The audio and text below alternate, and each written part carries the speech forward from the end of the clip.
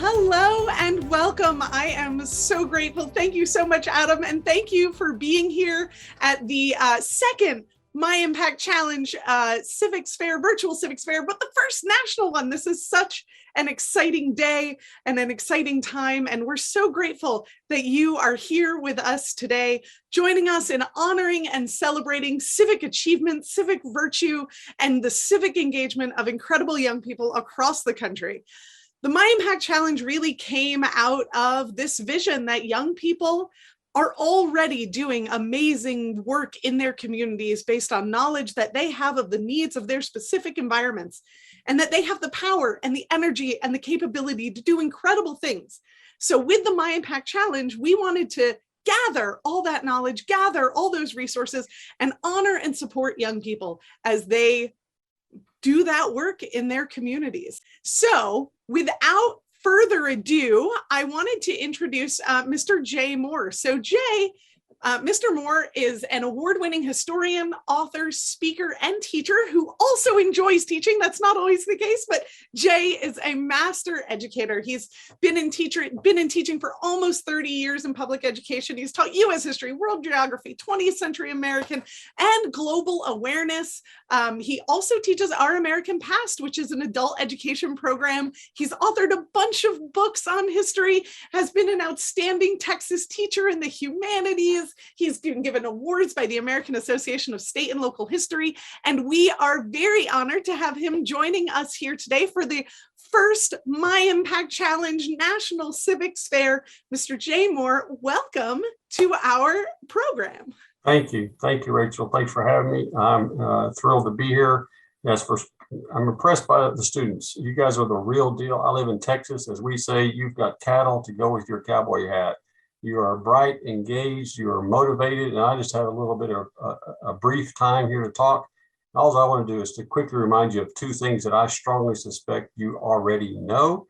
I do happen to teach about our nation's founding and about the men who debated and declared independence, about the men who 11 years later forged and framed our Constitution. I talk about the thought they put into it, about their debates and their disagreements and their compromises.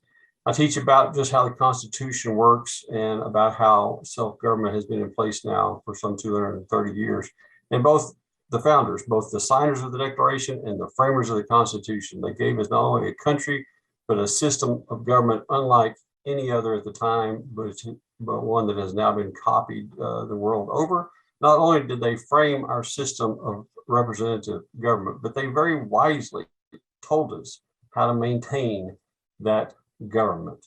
And I think what I glean from the Bill of Rights Institute about you students, I think you already are adhering to these two linchpins, because here's what the founders said were the linchpins for maintaining our system of self-government. You know what a linchpin is. It's that forged piece of metal that holds the wagon wheel to the axle.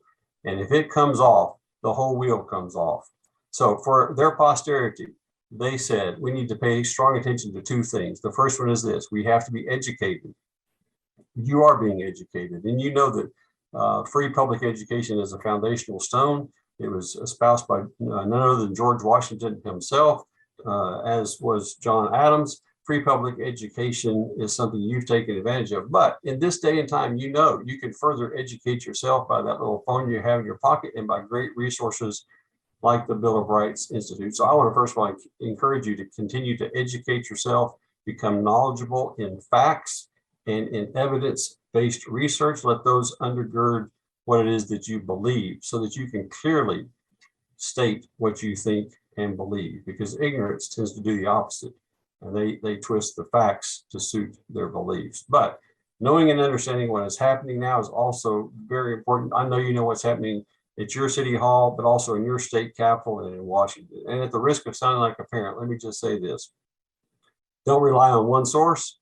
You know that can be a trap. An echo chamber is a dangerous thing. So the first linchpin was for us to be educated, and you are doing that, and will continue to do that. The second thing that the founders said is they fundamentally knew that our ability to govern ourselves rested with our collective virtue and our individual virtue, and the virtue of our elected leaders.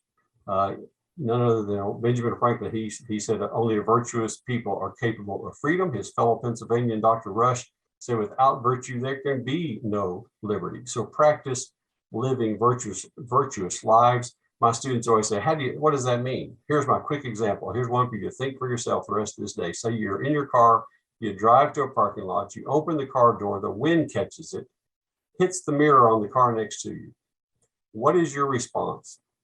When I ask students that, some say, well, gosh, I'd move and park somewhere else. Others say, well, I would try to leave a note and tell them what happened. You have to know what your response is before it ever happens. That's living virtuously. That's practicing virtue. You know what your convictions are. You know what the right thing to do, and driving off is not the right thing to do. So you know already ahead of time. The circumstances of the moment don't determine how you would respond to that. So living virtuous lives. The founders were, those guys were so familiar with the ancients. They understood Aristotle. Aristotle, his whole theory of happiness in a nutshell is that you achieve happiness by practicing virtuous living. Many scholars think that's exactly what Thomas Jefferson was referring to when he wrote that one of our inalienable rights was to pursue happiness. In other words, to be free to live virtuous lives and achieve a life of happiness. There is no definitive list of virtues. Aristotle had his own, the Romans had theirs, the Epicureans had theirs, the Boy Scouts have theirs, the Girl Scouts have theirs, the Bible has theirs. Your parents probably had an unofficial list. They taught you things like honesty, courage, patience, to do the right thing. The Bill of Rights Institute in their curriculum has a list of virtues as well. So we should not only practice personal virtues, but civic virtues. And that's what you are doing and doing so well. And chief among those is probably civil discourse. To talk to one another with kindness, with patience, with decency and grace, in pursuit of goodwill for all of us. You are working hard, I think, to braid the rope and not fray the rope. Our government, our form of government requires that we be virtuous people. Thomas Jefferson said, look, there are two things, education and the habits of virtue. He said in his fancy language, those are the inculcations that are necessary for a sure basis for the structure of a solid form of government. So keep educating yourself, keep striving to live a virtuous life. This live stream, this Zoom, may be the only time our paths ever cross on this planet. But I want to wish you the very best as you chart your life forward. And a prayer that I whisper for you is this: life is short. We do not have too much time to gladden the hearts of those who travel with us. So be swift to love, make haste to be kind. May God be with you. Again, you have my heartfelt congratulations for those of you who are the winners of the second My Impact Challenge. Rachel, thanks for having me. I appreciate the invitation very much. Well, thank you, Jay, and thanks for being here. We have a few extra minutes, and I was wondering, do you have time just to talk a little bit about those two ideas, Sure. being educated and being virtuous? So we could, as you mentioned, trying to define virtue might take some volumes or years or decades or centuries, as the case may be. But our students, so we had over 700 students interested in the My Impact Challenge, and about 100 of them were able to submit projects. And of those 100 projects, about 60 of them were doing really amazing things, and we were able to give them Civic Impact Awards. Of those 60, we had about 10 students that actually ended up being 14 because we couldn't narrow it down. We had 10 students who really took ownership of their community. So, that moment that the door swings open, you're like, I have a choice to make, right? I can either move my car or I can figure out how to get in touch with the owner to let them know what happened. And those are your choices. These young people, in the moment of choice to say, I can either let someone else fix this or I can do something, chose to do something.